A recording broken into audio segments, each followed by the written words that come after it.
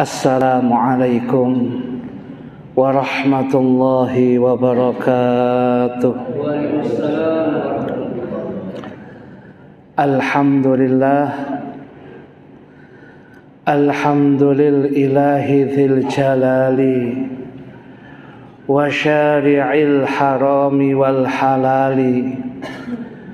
Thumma salatullahi ma'salami ala nabiyil mustafa tihami Muhammadil hadi minad dalali wa afdalis sahbi wa khairi ali wa ba'du.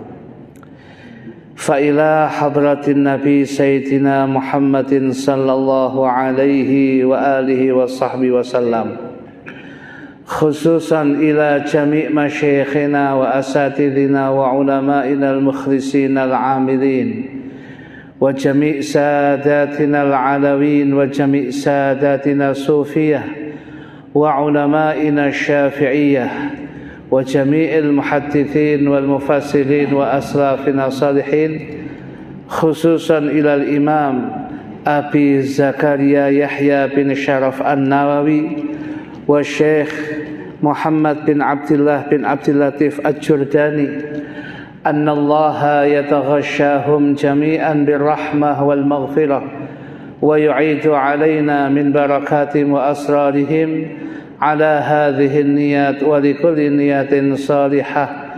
Al-Fatihah. Bismillahirrahmanirrahim. Ya kan amta ya nasah.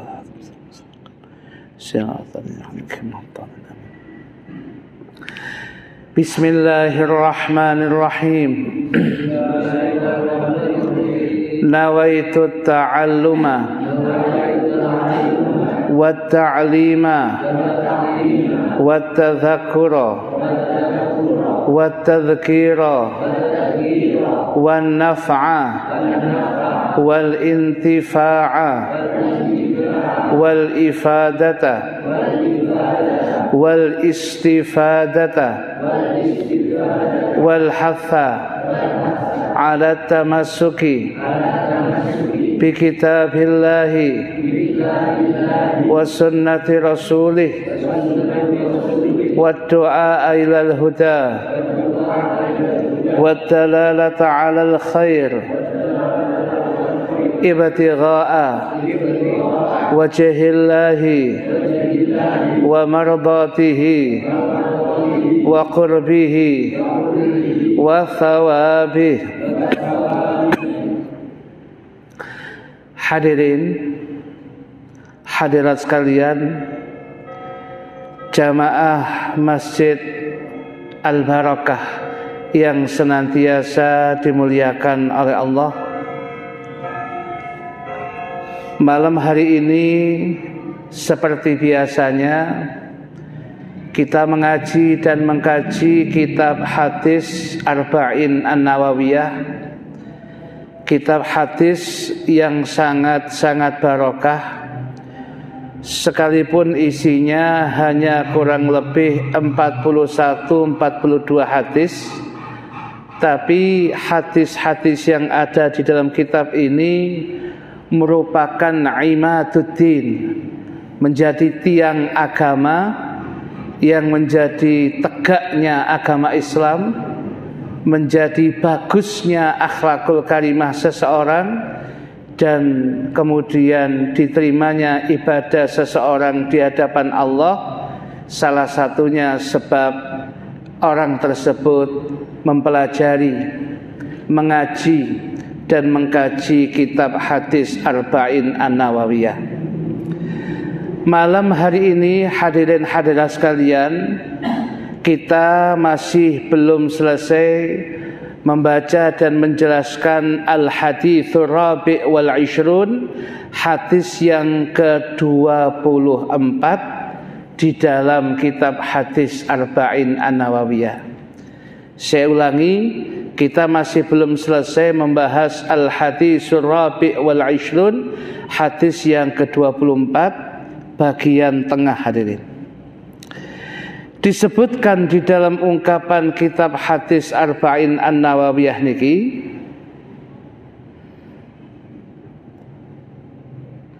Saya baca dari awalnya yang sudah terbaca, ngalap barokah dengan hadis Nabi. An Abi Dzarrin Al-Ghifari radhiyallahu anhu, anin Nabi sallallahu alaihi wa alihi wa sahbihi wasallam, fima yarwihi an rabbih azza wa jalla, annahu qala, ya ibadi inni haramtu dzulma ala nafsi wa ja'altuhu bainakum muharraman fala tadzalamu. Ya ibadi kullukum dhallun illa man hadaituhu fastahduni ahdikum. Ya ibadi kullukum ja'i'un illa man at'amtuhu fastat'imuni ut'imkum. Ya ibadi kullukum 'arin illa man kasautuhu fastaksuni aksikum. Ini sampai di situ hadirin. Kita sekarang melanjutkan ungkapan hadis qudsi berikutnya ini. Ya ibadi, dawuhipun Gusti Allah kepada hamba-hambanya termasuk kula jenengan. Ya ibadi, wahai hamba-hambaku, innakum, sesungguhnya kalian ini, tukhti'una, melakukan kesalahan, melakukan dosa, bilaili, baik di waktu malam, wan nahari, dan di waktu siang. Wa ana aghfiru dzunuba jami'an, sedangkan aku Allah bakal memberikan ampunan dosa-dosa seluruhnya. Fastaghfiruni, maka beristighfarlah, memohonlah ampun kalian kepadaku. Aghfir lakum, niscaya aku akan memberikan ampunan lakum kepada kalian. Hadirin hadirat sekalian yang dimuliakan oleh Allah Subhanahu wa taala, ungkapan potongan hadis qudsi ini mengingatkan dumateng kula panjenengan bahwasanya siapapun kula panjenengan selama bukan nabi dan rasul, kula jenengan niki masih melakukan kesalahan. Kula jenengan niki mesti dosa. Sehingga ada makalah, bukan hadis nih hadirin, al insanu mahallul khata' wan nisyan. Menungso niku panggonane kesalahan, panggonane kelalen niku memang menungso. Dadi lek ana menungso salah, ya anjene menungso duduk nabi dan rasul. Ya, kalau kemudian ada manusia kemudian dia lupa, ya namanya manusia dede. Lek bolak-balik lali lah, itu gak pati menungso dede. Jadi kalau kemudian manusia dede, ya biasanya maro lali. Enak-enak apalan Quran ono sing lali. Waduh apa mang ya sik ndelok neh. Oh nggih. Lah nggih wajar dede. Biasanya maca Yasin ayat berapa merkelalen, ya namanya. Tapi begitu itu harus terus diulang lagi supaya tidak menjadi kebiasaan dia lupa. Ya ini. Sehingga ya kalau kemudian sesekali menungso kelalen nggih wajar. Ya. Tetapi kalau kemudian bolak-balik lali dengan hal yang sama, yaitu yang nggak pati wajar hadirin. Ini yang menjadi catatan kita. Dan biasanya awake dhewe iki setunggal sing mboten masalah lali niku hadirin. Ya, ngelali gitu. Ya. Dan awake dhewe ini biasanya masalah setunggal niki biasanya gak lali. Napa Bu? Masalah perduwian. Biasanya masalah perduwian niku wiling hadirin. Ah, niki kula lho, niki kula. Niki kula sing ulang, meneh sing ngrungokno. Hadirin hadirat sekalian yang dimuliakan oleh Allah Subhanahu wa taala, Kembali fokus kepada yang kita sampaikan niki. Allah Subhanahu wa taala ingin mengingatkan dumateng kula panjenengan, siapapun di antara kita bisa jadi melakukan dosa, bisa jadi melakukan salah. Oleh karena itu, menyesal itu memang harus. Dari berbuat dosa, menyesal, bagus, itu memang langkahnya taubatan nasuha seperti itu. Tapi jangan berhenti dari begitu, harus kemudian dia beristighfar, memohon ampun kepada Allah, memohon ampun. Jangan berhenti memohon ampun kepada Allah, sebab dawuhipun Gusti Allah, wa ana aghfiru dzunuba jami'an, saya ini mengampuni segala dosa-dosanya manusia, saya ampuni. Fastaghfiruni aghfir lakum, minta ampunlah kalian kepadaku, pasti aku berikan ampunan kepada kalian. Loh niki ya. Oleh karena itu ya, sosok Gusti Kanjeng Nabi uswatun hasanah, suri teladan kula jenengan. Dalam ungkapan hadis yang ada dalam kitab Riyadhus Shalihin niku, Kanjeng Nabi mawon sehari semalam tidak kurang dari 100 beristighfar kepada Allah. Satu riwayat 70 kali, satu riwayat 100 kali.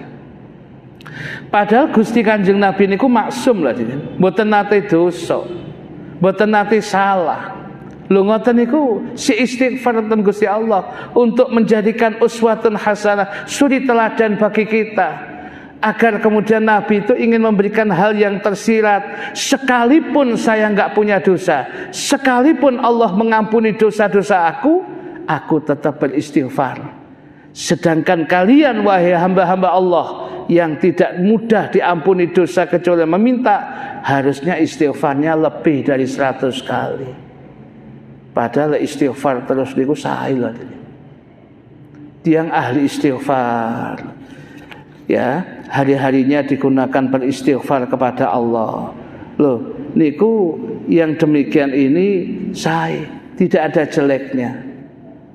Sampai kemudian ya ada ungkapan, ya, sampai kemudian ada ungkapan begini hadirin. Man aktsara minal istighfar, barang siapa yang memperbanyak beristighfar kepada Allah, memperbanyak minta ampun kepada Allah, ja'alallahu azza wa jalla lahu min kulli hammin faraja. Niscaya Allah azza wa jalla menjadikan untuknya dari setiap kesumpekannya, dari setiap kesulitannya diberikan jalan solusinya. Wa min kulli dhiqin makhraja, dan dari segala keruwetannya, kesempitan hidupnya dicarikan jalan keluarnya. Wa razaqahu min haitsu la yahtasib, dan Allah memberikan rizki kepada dia dari arah yang tak disangka-sangka. Sudah enggak terpikir bagi dia untuk mendapatkan rizki dari arah itu, tahu-tahu justru dari arah itu Allah melimpahkan rizki yang melimpah kepadanya. Niki barokah banyak-banyak beristighfar. Maka panjenengan lek Gusti Kanjeng Nabi niku ping 100, awake dhewe nggih kedah lebih ya iki. Bu 300, 500, napa malih 1000, ribuan kali, mboten napa-napa hadirin. Istighfar mboten wonten eleke. Ya, mboten usah kata-kata Ustaz, dosa kula nggih mboten kata. Wakeh kon ngomong ngono itu sudah meremehkan itu. Ya, oleh karena itu lebih dari 100 harusnya kula pengen. Dan kalau kita tidak ada kegiatan istighfar, sholawat, zikir, nggak ada jeleknya hadirin. Ya, membasahi mulut-mulut kita dengan zikir kepada Allah, membasahi mulut kita dengan beristighfar kepada Allah, membasahi mulut kita dengan bersolawat dumateng Gusti Kanjeng Nabi, mboten wonten eleke ya. Sae niku. Ya, oleh karena itu ya Lek panjenengan boten seneng sing nyekel tasbih kados ngeten-ngeten iki, ya sakniki kan tasbih milenial kan wonten cetekan ngoten ada. Ya kan wonten sing cetekan ngoten. Ojo sing cetekan sing gawe nglebokno beras nang gudang cetek itu kayak ngelebokno beras ya Den. Ya kayak ngitung beras ke jagung mlebu pirang goni nang gudang niku. Sing ngeten Den. 5.000 wonten, sedasa wonten 15 ten Bayakub niku. Niki ngoten pun sae umpamane panjenengan terlalu panjang kalau begini. Ya niki padahal ngesak ngeten niki nggih penting Den. Begitu dikesak cek iya ya engko bengi tahlil. Langsung ngeling tahlil lah Den. Ya niki langsung ngeling tahlil. Ya. Tapi lek sing dikesak liya Den, ya eling liya Den yang demikian itu. Niki itu. Nah, niki.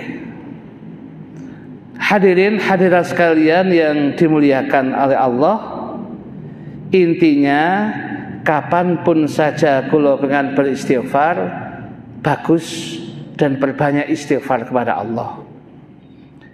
Selanjutnya, ya ibadi, wahai hamba-hambaku, innakum sesungguhnya kalian lam tablughu, tidaklah kalian akan bisa memberikan durri mudarat bahaya kepadaku, fatadurruni, maka mintalah kalian untuk berlindung dari mudarat atau bahaya kepadaku.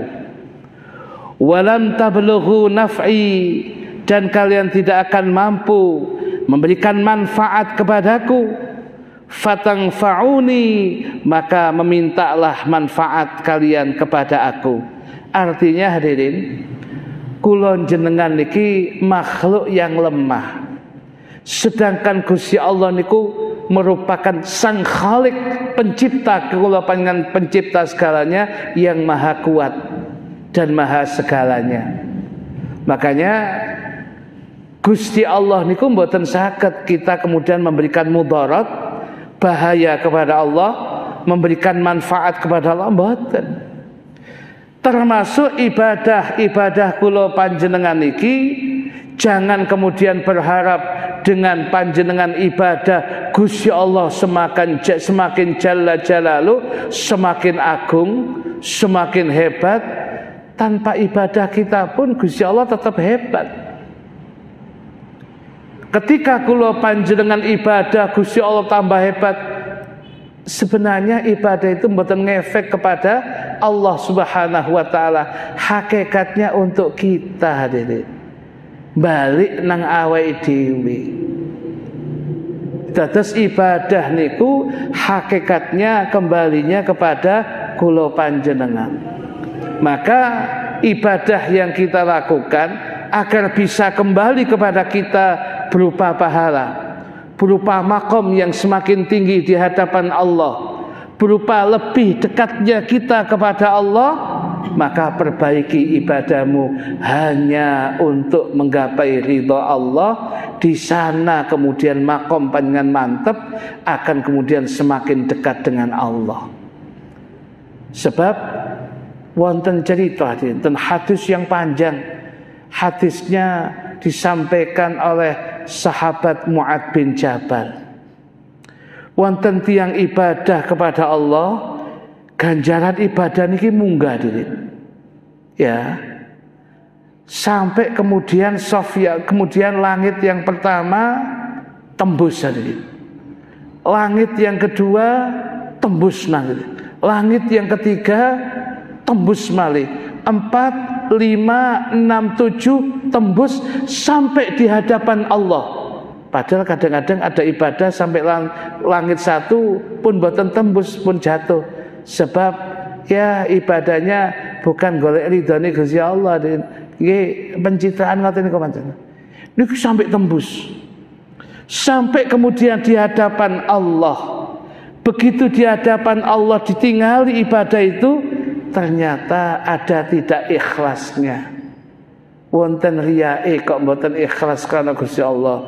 ibadah yang diwujudkan makhluk niku diuntel-untel kalian Gusti Allah, diuncalno kembali kepada yang melakukan ibadah. Kados jenengan pakaian iki diuncalno meneh nang studi pakaian niku.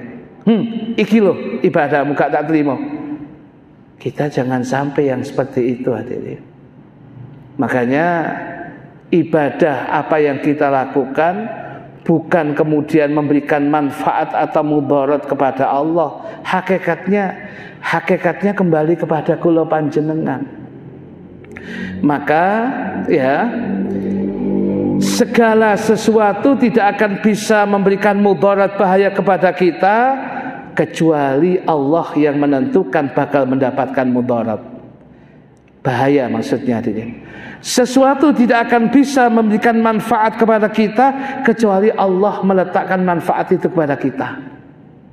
Makanya kalau kita minum obat, ya, katakanlah obat yang diminum di dalam rangka isolasi mandiri, obat COVID umpamanya, ya, kan ketika diminum, begitu kemudian dia minum, bukan obat itu yang memberikan kesembuhan. Hakikatnya yang membuat kesembuhan adalah Gusti Allah. Sebabnya, lantarannya lewat obat yang seperti itu. Sebab ada orang-orang yang tidak minum obat seperti itu, mungkin minum obat yang biasa, herbal, ya podo sembuh ya. Berarti bukan hebatnya obat itu, hebatnya yang menyembuhkan yaitu Gusti Allah. Oleh karena itu, ketika kula panjenengan mau minum obat, bukan ini ya Allah yang menyembuhkan, tapi hakikatnya asy-syafi huwallah, yang menyembuhkan panjenengan ya Allah. Mungkin dengan minum obat ini, lantaran ngombe obat niki jenengan memberikan kesembuhan kepada kami ya Allah. Sedanten jenengan ya Allah. Glek glek glek glek. Loh. Akhirnya kemudian dia sehat, bukan jamunya, bukan obatnya, bukan pilnya, tapi hakikatnya Gusti Allah. Sebab kalau kemudian orang mengatakan sebab obatnya, sebab pilnya, atau sebab datang ke dokter itu kemudian dia sembuh, wah, apa bedanya antara dokter dan dukun? Ya, podo-podo diyakini. Mboten. Datang ke dokter itu bukan tabib atau dokter ini yang menyembuhkan. Allah menurunkan syifa, Allah menurunkan kesembuhan lantaran tangan dokter memberikan meracik obat, memberikan resep, kemudian kita minum. Kalau toh sembuh, bukan hebat dokternya, tapi yang hebat Gusti Allah. Itu harus ditanamkan hatinya. Terus ketika kula panjenengan bisa merasakan menikmati makan kemudian mulai kenyang, yang membuat kenyang bukan makanan hadirin, tapi yang membuat kenyang hakikatnya Gusti Allah. Dibalikno kabeh ten Gusti Allah iki. Supados kula panjenengan tauhidnya mantep. Kalau kemudian kita minum, bukan yang membuat segar minuman ini, bukan hakikatnya minuman itu hanya sebab saja, tapi hakikatnya yang menyebabkan segarnya minuman, hakikatnya Gusti Allah. Ngoten hadirin. Jadi kalau bisa memberikan manfaat, bisa mudarat, bukan menungso hadirin, hakikatnya Allah. Berapa banyak pisau yang tajam, bukan main luar biasanya, tapi karena Allah nggak berkehendak, ya tidak akan menyentuh kulit pun, kulit tidak tergores, tersakiti, kemudian terkelupas, ya keluar darah, boten. Kenapa? Allah tidak berkenan. Ya itu. Apa wujudnya kemudian belum sampai dibacok loh, kemudian dia jatuh sehingga lading niku akhirnya tiba atau nyuduk dhewe bisa jadi. Ya ini kembalinya kepada Allah. Makanya kalau kemudian suatu ketika kula panjenengan bisa mendapatkan manfaat dari makan, dari obat, dari minum, dari apapun fasilitas di dunia ini, panjenengan rasakan hakikatnya itu yang menakdirkan Gusti Allah. Ya Allah, seharian bekerja, Saya bisa duduk kemudian ngombe kopi glek-glek ditambah gedang goreng siji gede ya, ditambah kokam sitok, dipangan pisang kemudian alhamdulillah nikmat rasa.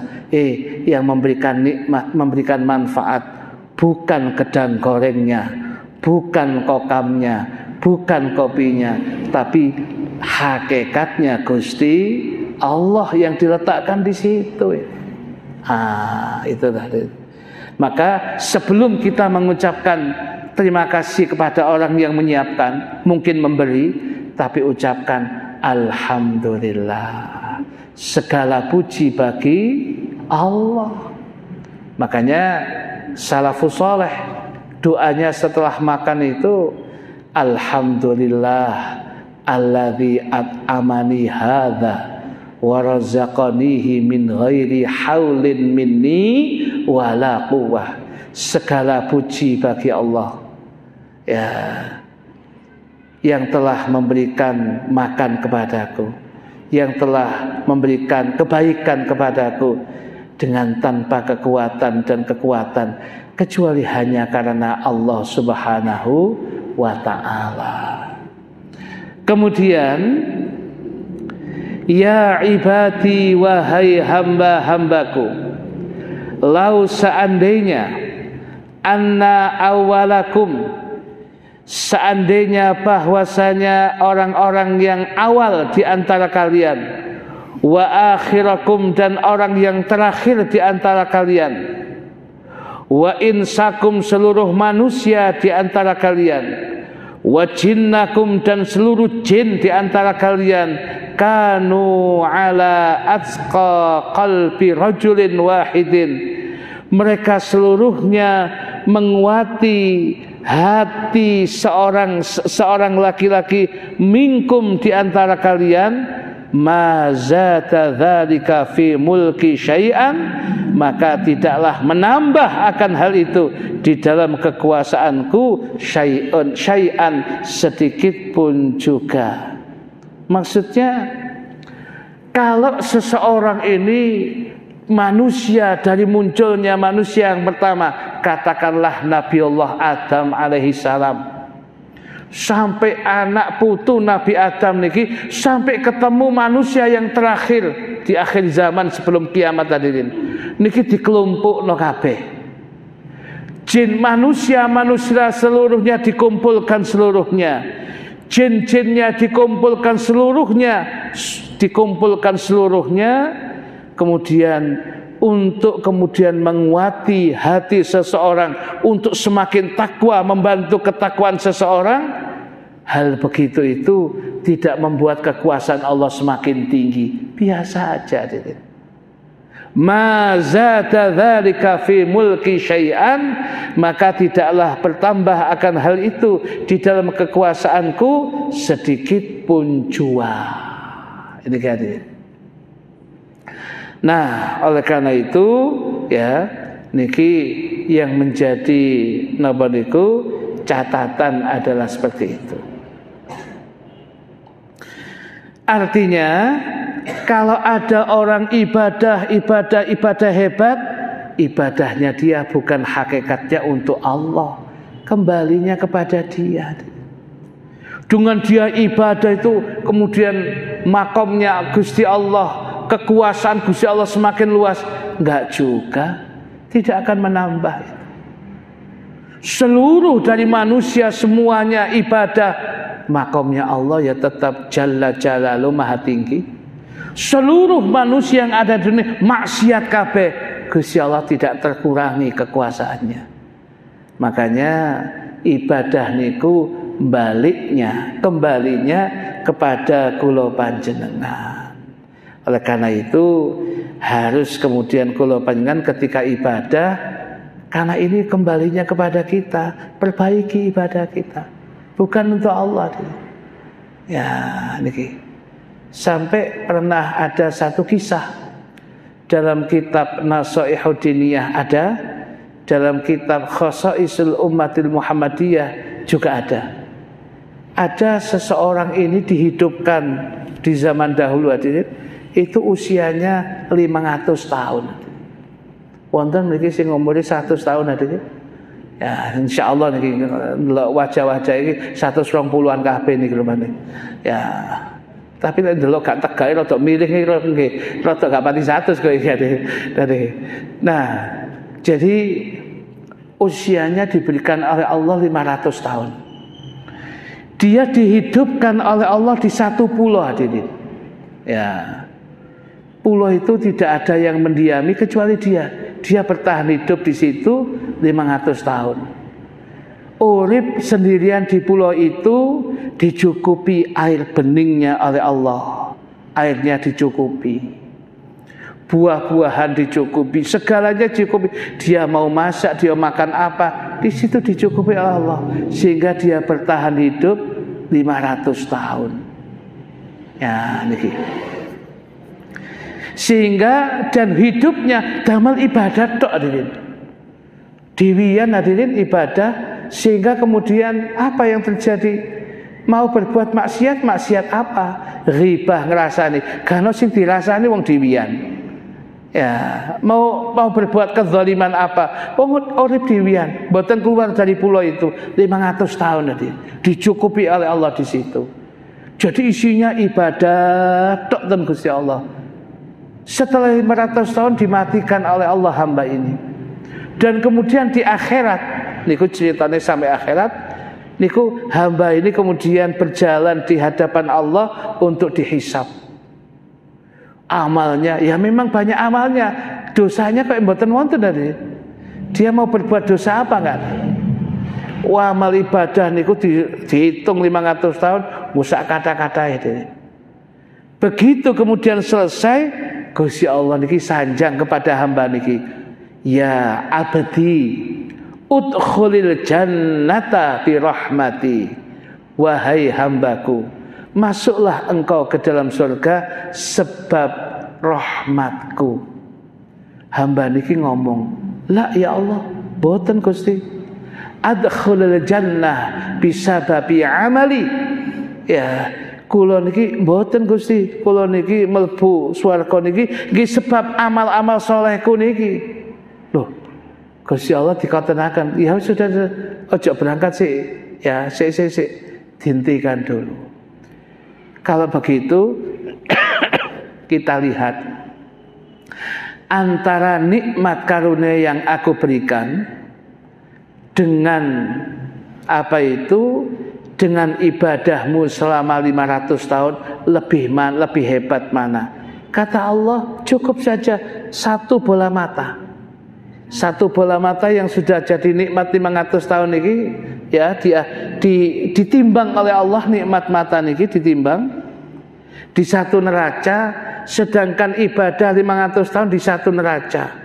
Akhirnya sing nikmat bola mata ini ngejlek ke bawah. Berarti kan lebih berat ini. Berarti sing ibadah 500 tahun pun kalah. Kata Gusti Allah, niki sik satu mata, belum mata yang kedua. Wong matamu ono loro. Ya niki.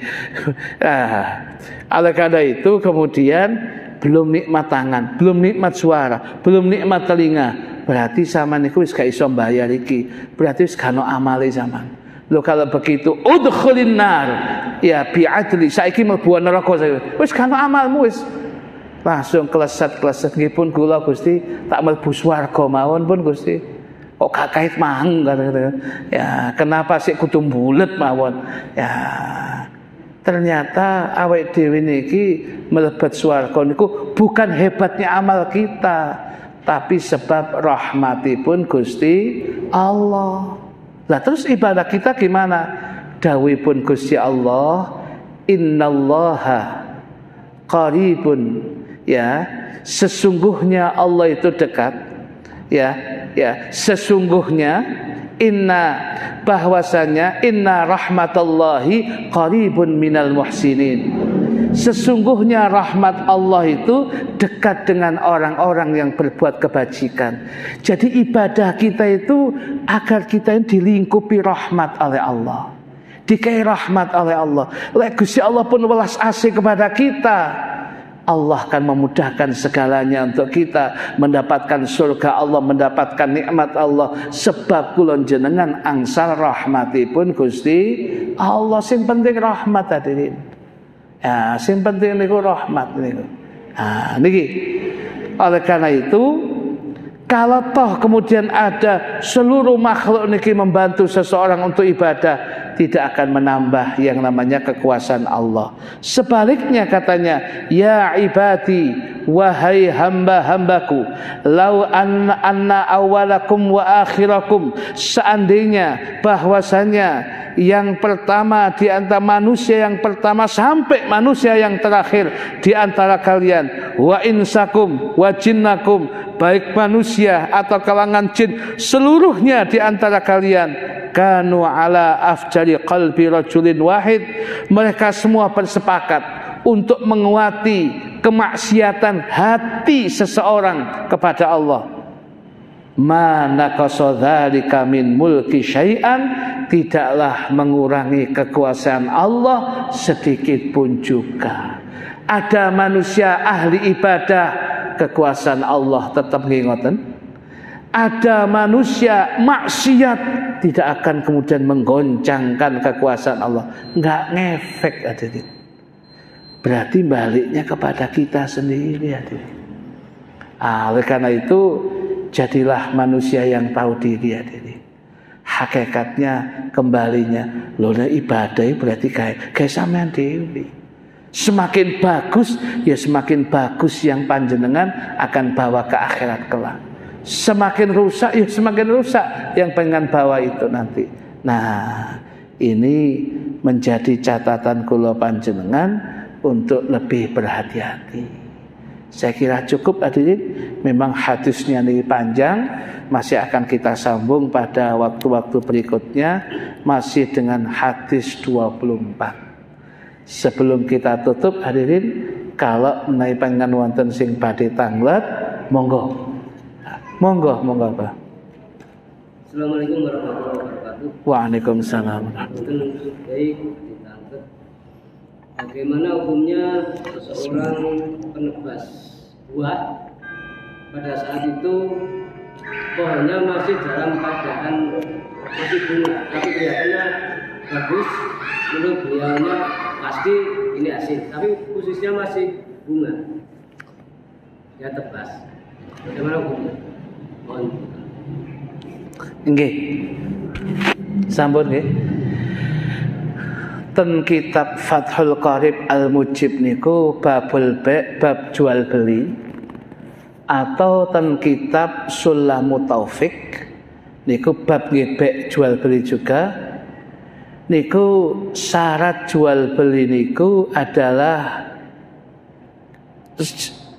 kalau berkaitan dengan tanaman itu ba'da buluhi ya, ba'da setelah tampak dia memang mateng. Setelah mateng kemudian dia beli ya, baru itu ba'da buduwi salahihi, itu setelah tampak layaknya dia untuk dikonsumsi. Dados umpamane gampangane umpamane panjenengan katakanlah tumbas katakanlah nebas pelem ya, yang di pelemnya sudah meranum semua, masak semua ya, pengen tebas dan dengan syarat nanti diturunkan bisa ngoten niku. Tetapi lek tumbas pencit sik puncit sik wapek sik ijo-ijo ngoten niku moro ditebasi kabeh ngoten niku dengan syarat pancet ngoten nanti akan saya ambil nanti ketika sudah dalam bentuk pelem, lah niku mboten sah. Niku namanya sistem ijon niku. Ngoten niku mboten sah. Jadi kenapa? Bisa jadi dia memang untung, tapi kemungkinan rugi juga bisa. Ya, termasuk kemudian sawah pertanian masih hijau, belum menguning dan kelihatan hasil dari padinya, ditebas kabeh. Kemudian diduii. Tapi nggak diambil. Nanti kalau menguning dan sebagainya baru diberikan dia. Ini kan seakan petaninya, dia wis gak dapat apa-apa, Joko iki Ya, tapi bisa jadi yang Joko itu tadi, yang punya itu bisa jadi rugi ketika sudah mau kemudian mau panen, kena banjir, kemudian gagal. Ya, maka yang pelem tadi, lola jual pelem nopo beli pelem nopo sakal, itu sahnya ketika diambili semua diri. Jadi kalau buah tadi kata jenengan tadi ketok bunganya tadi, ketok kembangi. Nah, kalau kemudian dipangkas semua, baru yang dijual itunya nggih sah. Kalau yang memang dicari itu, nggih mboten Ustaz, ya dicari nggih pas apa ketika sudah kembang, sudah dalam bentuk buah. Kalau masih di situ, tidak dalam bentuk sudah mateng, masih mentah atau setengah mateng, kemudian lagi dibeli, nanti diambil 1 bulan lagi, 2 bulan lagi, lah niku hukumnya haram hadirin. Mboten nangsang. Lah kados pelem niku, kados pencit lho. Lho, sah tapi dipedhoti kabeh. Pencitnya diwambili semua, ditumpuk di dalam berapa keranjang. 3 keranjang niki pencit kabeh pun. Saman tuku piro? Lah niki. Jadi jual belinya jual beli pencit yang bukan sedang di apa itu di pohonnya, tapi sudah diturunkan. Lek ngoten sah. Tapi kalau kemudian beli pencitnya masih di pohon dan nanti diambil ketika pelem, wah itu mboten sah nih tadi. Kados ngoten niku lah. Gitu. Ada yang tanya lagi? Sampun? Nggih wonten. Apakah diperbolehkan mengamalkan atau mahabbah tanpa ijazah? Mahabbah. Tapi tanpa ijazah. Nggih.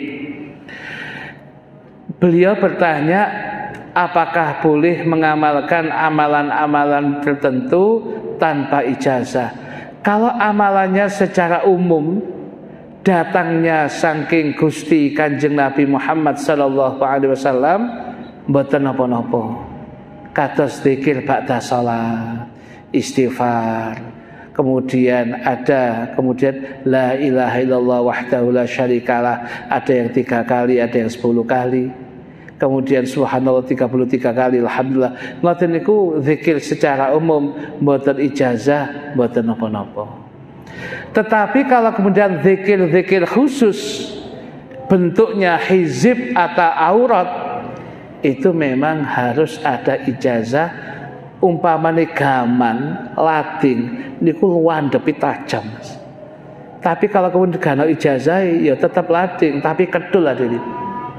Umpamane kemudian dikenekno ten wedhus niku, mati niku mboten karena tajamnya niku, keri hadirin. Ya, wedhus niku ngeten niku mati sebab keri ini gak mari-mari hadirin. Ya, jangan sampai terjadi yang seperti itu. Ya, kan gak hebat tadi. Wah, wedhus ini mati rek. Iya mati gak sebab tajamnya lading Mas. Lah lading zaman gak tajam keri ini entek mati hadirin itu. Oleh karena itu ya hizib aurat ya ijazah itu memang harus ada ijazah supaya menajamkan apa yang bilang. Dan kemudian yang memberikan ijazah akan memberikan takaran khusus. Ningali jenengan ngeten iki pantese niki wiritan niki. Sebab lek wiritan iki aja sampean temperamen. Sebab wiritan iki lek diwaca kudu njauk perang ae. Oh sampean aja maca iki. Perang iki. Ketok bojomu iso kok tuwapuki gak karo-karuan. Wong kek dianggap ketok musuh. Ya niki. Jadi wiritan iki gak cocok. Saman wiritan iki sing cocok ijazah. Lho niku guru sing memberikan ijazah sanad ngoten. Ya, wonten guru niku wonten sing ngoten. Aja waca wirid iki lho. Saman keras iki. Sebelum waktunya, belum umure. Maca ratib iki wis. Gawe saman sing apik wis waca ratibul haddad ae. Gawe saman sing apik ratibul atas ae. Aja maca iki sik sebab durung terbiasa.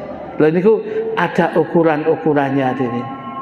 Sebab lek maca zikir-zikir khusus ngoten niku mboten damel sanad, mboten damel ijazah, dikuwetno mawon hadirin. Niku malah ngejlek hadirin. Orangnya kadang-kadang mboten siap hadirin. Wong mboten siap niku kadang-kadang malah ngejlek. Sakjane diwiritno pisan iki sampai ping 10 hadirin. Langsung metu teko omah iku dijeluk, "Mas, sampeyan aja nyeluk aku." "Ya aku sing jenenge Sunan Kalijaga ya." Dadi ya. Ya oke. Kadek kemudian Jumatan kudu nggo teken. Wah, teko ndi, Bang? Duduk ojo ngomong apa kowe. Ya aku sing jenenge Pangeran Diponegoro iki aku dadi iki ya. Ya wis gejlek kon wis. Wis gejlek, wis kadung gejlek iki balekno rada abot tadi. Rada abot iki ya. Rada abot. Karena ya itu tadi wiritan terlalu bukan wiritan. Ngoten niku jangan salah sangka, Dirin. Lah di antara kita kemudian salah sangka, nak rungokno. Aja kaya Pak iku lho, aja kaya Mas iku. Iku kakean ngaji sampe ngono iku. Bukan kakean ngaji ya, Dirin. Enggak tepak niku nawa wiritane niku wau. Bukan konsumsinya dikonsumsi, bukan wayahe kemudian digetno ae. Kados jenengan lho, Dirin, biasane gak tahu olahraga. Kan nonton kejadian niku nih. Gak tahu bal-balan, gak tahu futsal, langsung dipaksa, jantung maju. Setelah futsal pertama, geblak mati ya, Dirin. Kenapa? Gak pernah itu, waku kabeh. Maksudnya ya keringet enak, tapi karena gak terbiasa loro kabeh, geblak ya, Dirin. Ya, jadi dokter Bandi Bandulan mengatakan minumnya ini ya 2 kali jangan lebih. Wah kesuwen gak mari-mari 10 gedho kabeh meneh wassalam Din. Gak mboten ngoten ya. Jadi wiritan itu juga ada tabaqon an tabaq, ijazah itu. Dan yang tahu begitu mursyid, Mas. Yang tahu begitu mursyid wa murabbir ruh. Guru yang menjadi roh, apa itu yang mendidik roh kita. Ya, kono cuk wiritan iki nak belum. Wiritan iki tambahno selawat. Engko wis kono enak wiritan iki. Ngoten tadi. Jadi mboten gampang tiyang niku.